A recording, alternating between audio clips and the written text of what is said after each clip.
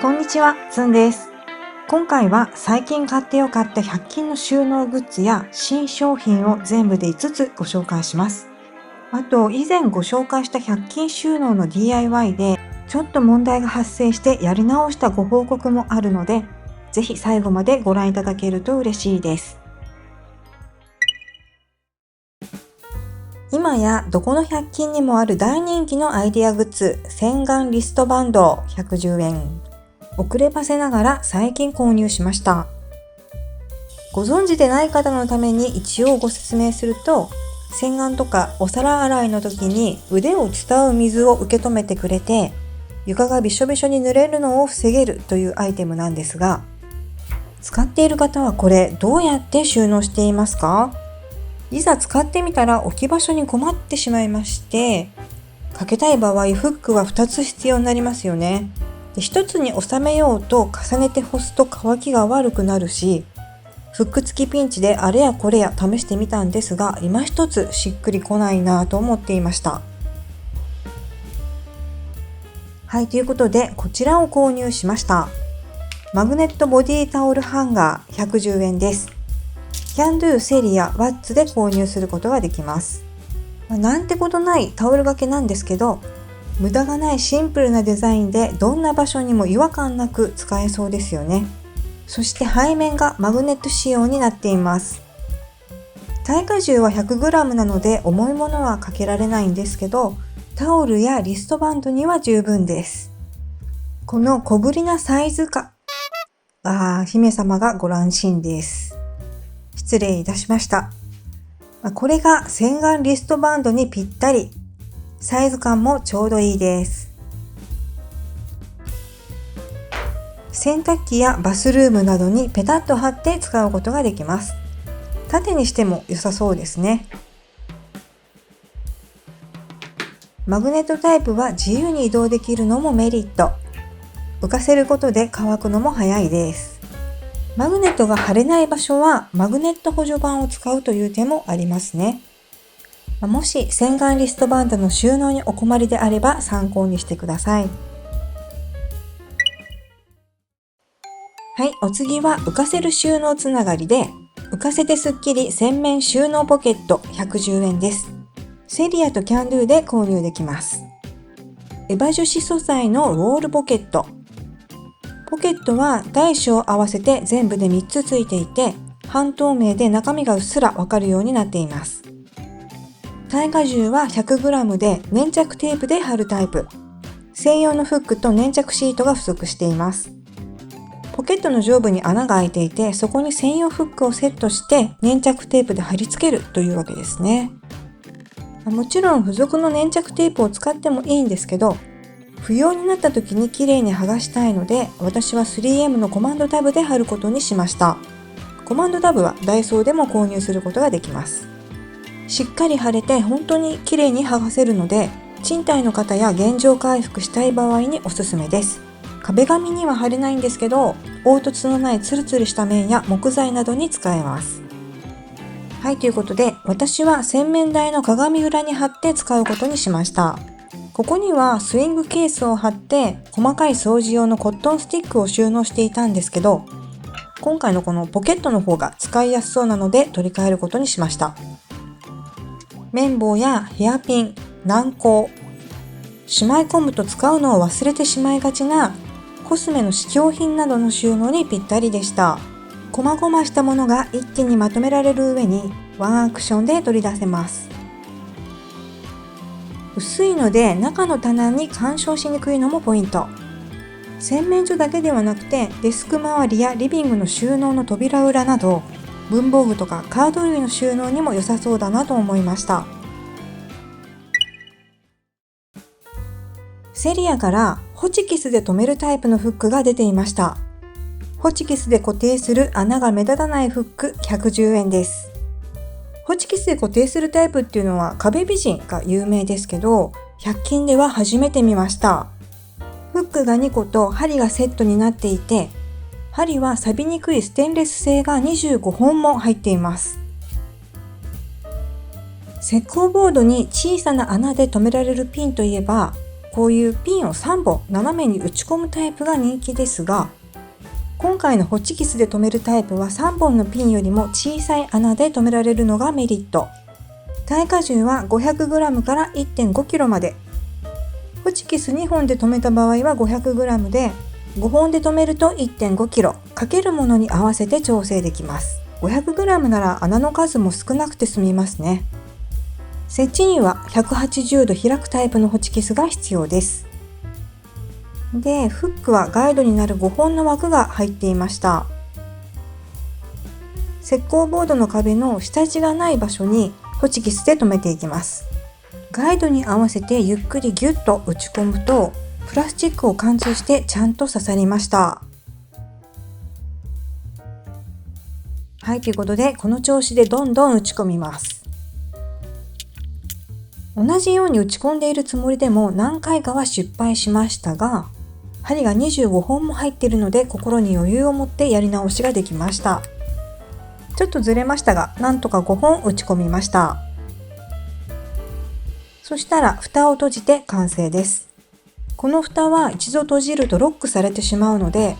止める前に閉めてしまわないようにご注意ください。主張のないシンプルで小さなフックなので、掃除グッズや壁掛けカレンダー、ちょっとかける収納が欲しいなっていう場所にちょうどいいなと思いました。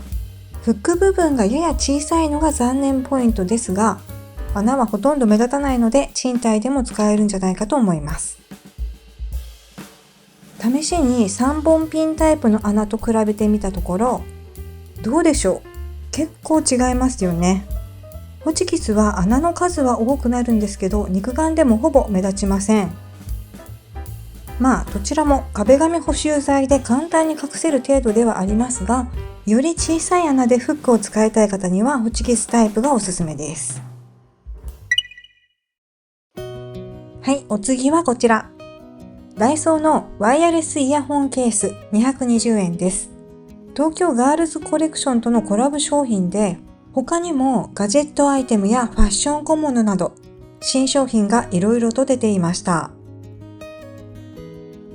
カラーはベージュと白と黒の3色展開。AirPods Pro と第2世代用の2種類があります。素材はポリウレタンなんですけど、レザー調で高見えします。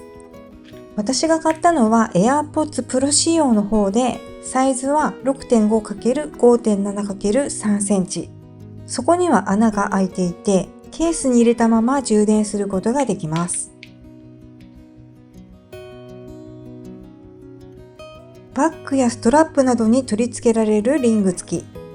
このリングは取り外すこともできるので、自分が使いやすいタイプに取り替えても良さそうです。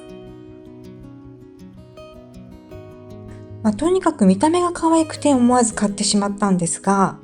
私が使っているイヤホンは入りませんでした。もう見ればわかるだろうって感じなんですけどね。で、夫のイヤホンはかろうじて入りました。AirPods 以外のイヤホンをお使いの方はサイズを確認してから購入することをお勧めします。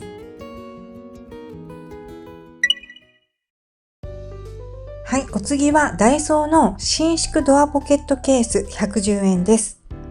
冷蔵庫のドアポケットで使う収納ケースです。最大の特徴は伸縮できること。最小7センチから最大11センチまで自由に奥行きを変えることができます。冷蔵庫の収納グッズって色々あるんですけど、伸縮できるタイプって意外と少ないんですよね。引っ掛けて固定できるようになっていて、厚さ 4mm 以下のドアポケットに対応しています。これはスリムとワイドの2種類があって、ワイドの方は豆板醤など太めのチューブにちょうどいいサイズ。スリムは薬味チューブが最大4本入ります。前にご紹介したセリアの冷蔵庫ポケット用袋調味料収納ケースと比べると、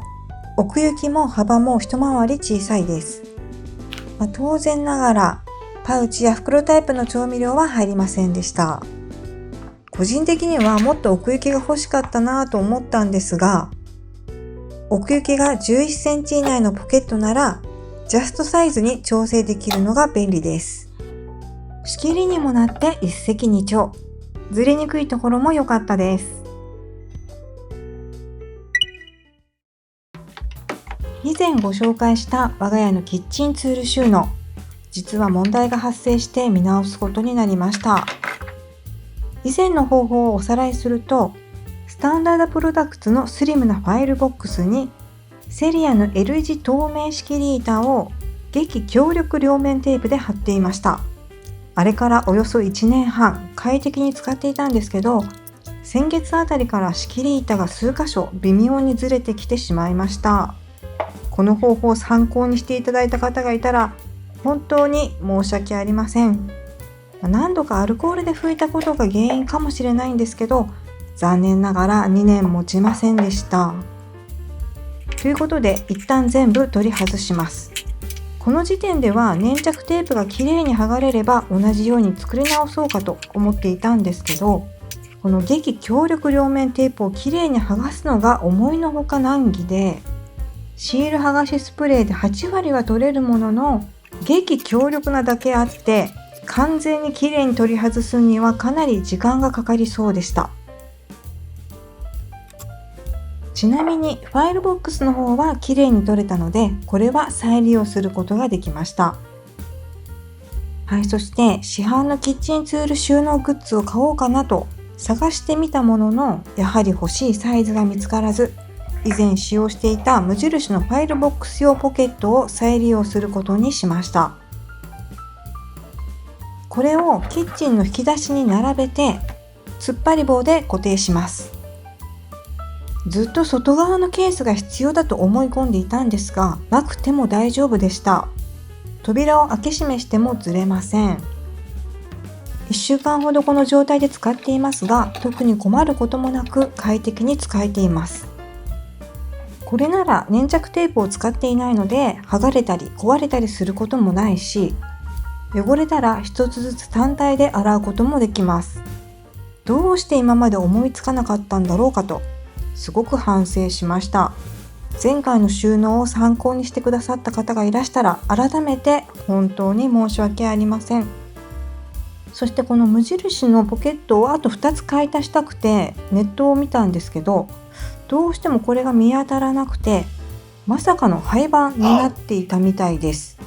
でも安心してください。ほぼ同じ商品が100均でも購入できます。今度は壊れる可能性も低いんじゃないかなと思うので、少しでも参考になれば嬉しいです。ちなみにファイルボックスの方はデスクの上でタブレットスタンドとして使うことにしました。薄いのでこんな隙間でもすんなり置くことができます。